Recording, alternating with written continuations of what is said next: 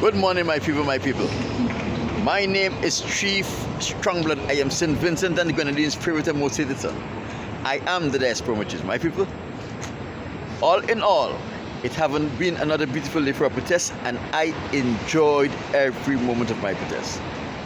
Let me first remind you, the front of my sign says, I don't want the white man's money, the white man's woman, the white man's friendship, and or the white man's faith. And the reverse of my sign says, white man, why have you enslaved the African American, my people? All in all, it was another beautiful day for a protest, and I do not have anything particularly interesting to bring to your attention as it relates to my protest. And when I have finished protesting, when I am finished, bring you an update as to what transpired while I protested. It is always my desire and delight to bring you something from the word of the Most High God, my people. Some Saturdays ago, as I normally do, I tune into Kingsborough live social media broadcast. And while I was listening to the broadcast, the pastor of the Kingsborough Seventh-day Adventist Church was preaching. And he was preaching from Revelation chapter 14. And somehow he got to Revelation chapter 14 and he read verse 7. Now, in reading verse 7, and we know what that says, and the third angel says that we must serve God, who created the heavens and the earth, the seas, and all of these things. In other words, we must serve God as creator. And while I paid attention, not for the teaching, but to see what kind of false information he's going to present to the people, I noticed he paused and he looked out at the audience for a brief moment, and then he started crediting Jesus for creating, as Revelation chapter 14 verse 7 says he did. The Most High did. Boldface, this man was given the credit of the Most High God to Jesus. I'll tell you who Jesus is just now. Next thing, I think it's in March, they had Women's Month. And they had some women taking the preaching assignment every Sabbath for the entire month of March. I think it was the second person who preached in the month of March. I didn't really pay much attention to these people. And she was preaching about Jesus, about Jesus, about Jesus. And she said the only God she wants is Jesus. And immediately I had to turn off, because there was nothing more blasphemous than what this lady is saying. Let me now tell you who Jesus is. First thing, Jesus is not the Son of God. Jesus is not the Son of Man. Right? Let me bring to you first what the Most High says about giving his praise, his honor and glory to another. And it is fitting that I use Isaiah chapter 42, and we are going to touch on some of the things from verse 1 to 8. In Isaiah chapter 42 verse 1 to 8, the Most High God introduced to the world and to Isaiah the Son of Man. He told him who the Son of Man was, why he was coming, some of the things he was going to do, and how he is going to get them done. And after he introduced Isaiah and the world to the Son of Man, this is what he said. Isaiah chapter 42 verse 8. Let us read it. The Most High said, without fear or favor, I am the Lord thy God. That is my name. And my glory I will not give to another, neither my praise to graven images. So here we see, after the Most High God introduced to Isaiah, the Son of Man, he said to Isaiah, Isaiah, I am the Lord thy God, that is my name. I will not give my glory to another, nor my praise to graven images. So what you're saying here, as much as I delight in the Son of Man, as much as I send him as a covenant to the Gentiles and to take care of my people, he is not supposed to take my glory. My glory is my glory, and my glory belongs only to me. In Deuteronomy 6, the Most High God reminded Moses to tell the people that they must serve no other but the Lord thy God, and him only must they serve. So when these people are given the Most High's credit to Jesus and is making statements that they don't want any other God but Jesus, it's blasphemy. And the Most High is going to make them prefer it. And guess what? It is not surprising, because all of these people, they are all reprobates. If they weren't reprobates, they will never have gotten a job to be a Seventh-day Adventist minister, because the conference will not employ anyone who is not on the agenda in the deception of mankind. Remember earlier I told you that Jesus is not the Son of Man and Jesus is not the Son of God. Jesus is an invention of the Caucasians. Jesus came on stream between AD 325 and 331 at the Council of Laodicea. Jesus was intended to pacify the Israelites that was in Rome and make them reverence and worship the white man. That is why they had Jesus speaking all of these lies in the New Testament. And another thing, they could not lie in the name of the Son of Man, Yahweh, but they were allowed to lie in the name of Jesus. This is what Jesus said: love your enemies, do good to those who hate you, pray for those who despitefully use you and persecute you. That is what Jesus says. What did the Most High God says about our enemies? Who are our enemies? In Deuteronomy chapter 28 verse 68, the Most High God says, those people who bought you and sold you as bondmen and women are your enemies. So if you are to love your enemies, it means that you are to love the Caucasians. And if you are to do good to those who persecute you and do all manner of evil against you, it means that you are going to show favor and love the Caucasians in spite of the wickedness that they did to you. That is why the Caucasians created Jesus, to replace the Son of the Most High God, or the Son of Man, Yahweh. But how did the Most High God say to treat your enemies? The Most High God, in Deuteronomy chapter 7, he said, first thing, don't become friends with your enemies. Don't form a contract with them. Don't give your son to the daughters, and don't take their daughters for your son. He said you must utterly destroy them. So here we see a conflict here. The Most High God said, utterly destroy your enemies. But Jesus says that love your enemies. Love them that despitefully use you and persecute you. A conflict. The greatest lie that is ever told is when you mix truth and error together.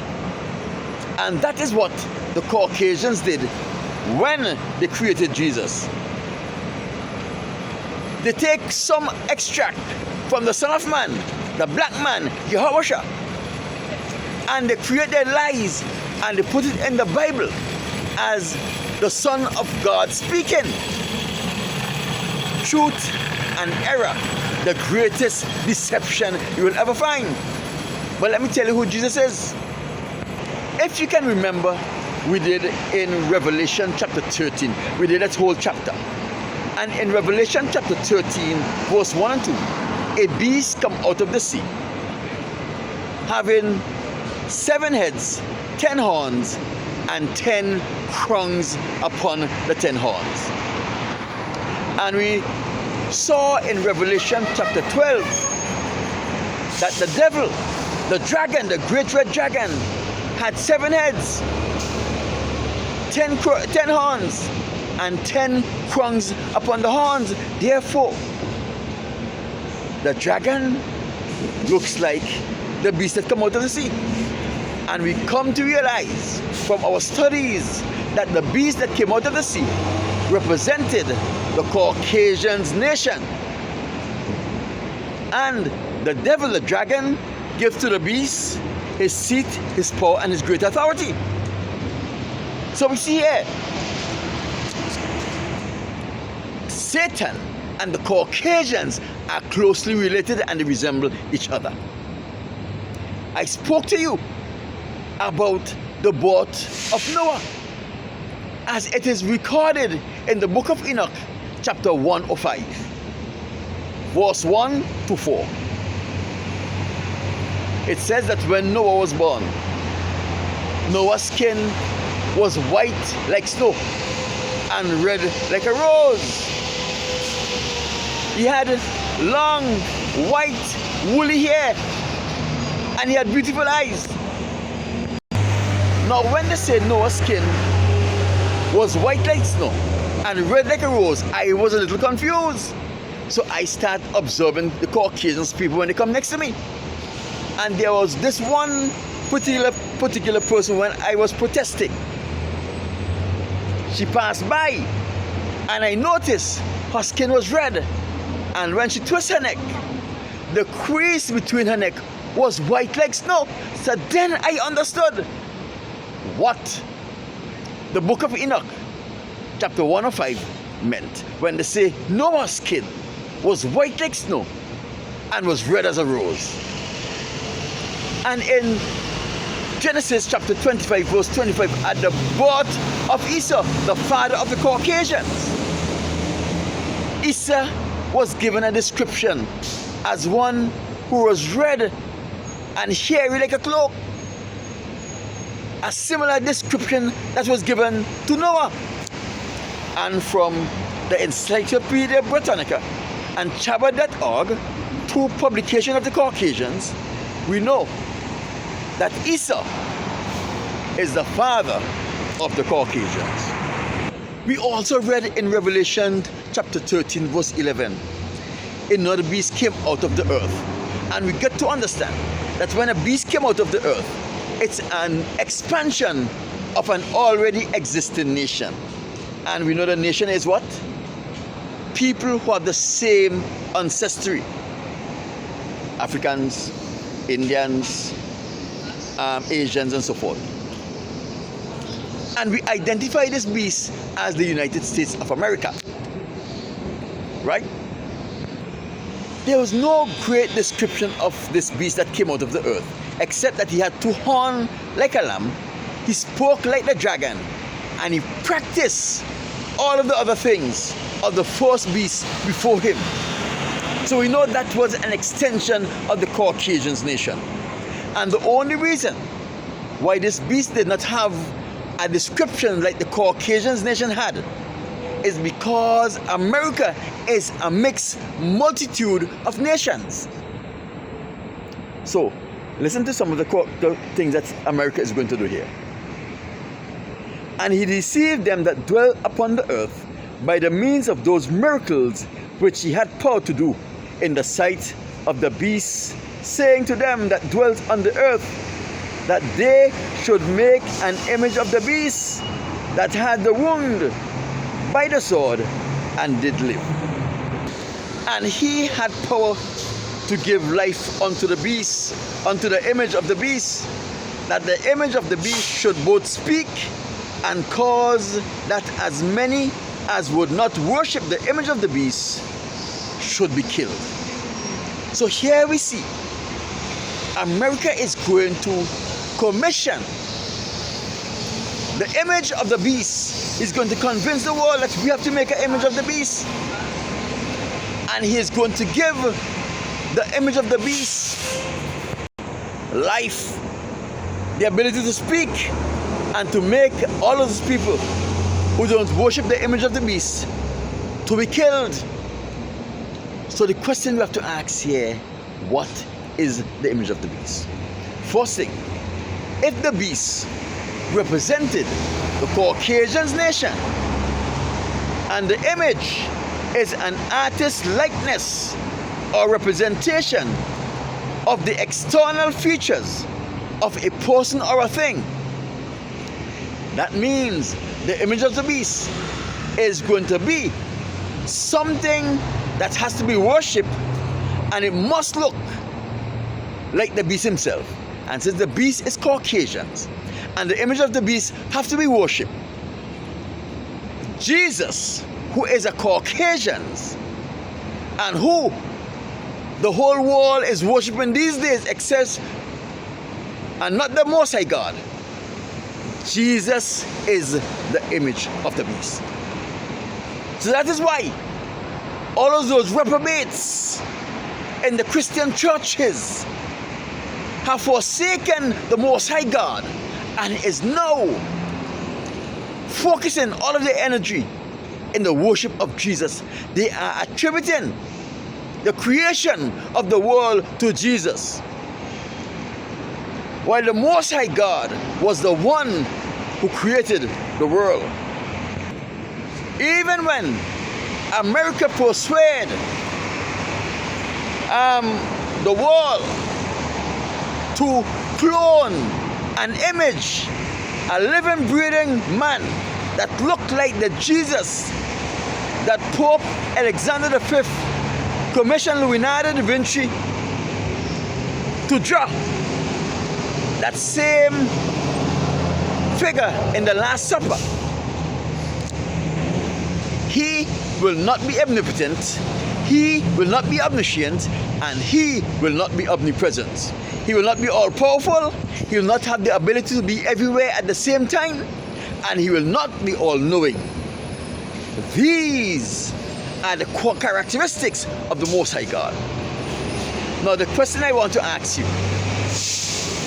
how do you think the real Son of Man, the one who was caught up on the clouds and taken back to his Father in heaven, the one who said when he was tempted of Satan that we must worship God, the Most High God, and God only shall we serve, the one who said, I can do nothing except for the Most High God do it through me, how do you think he feels when he sees Israelite men and women is given the Most High, his Father's credit to an impostor that is called Jesus? How do you think he feels when people who are not reprobate fall for the lies of the Caucasians and is worshiping Jesus and not him, Yahweh Shah, the Son of Man? How do you think he feels? That is why when he comes in great glory, he's coming back with wrath on all of those people who dishonor him and dishonor his Father by giving his glory and the glory of his Father to that white Jesus. You are going to have hell to pay. My name is Chief Strongblood. I am St. Vincent and the Grenadines' favorite and most hated son, the Diaspora Machismo.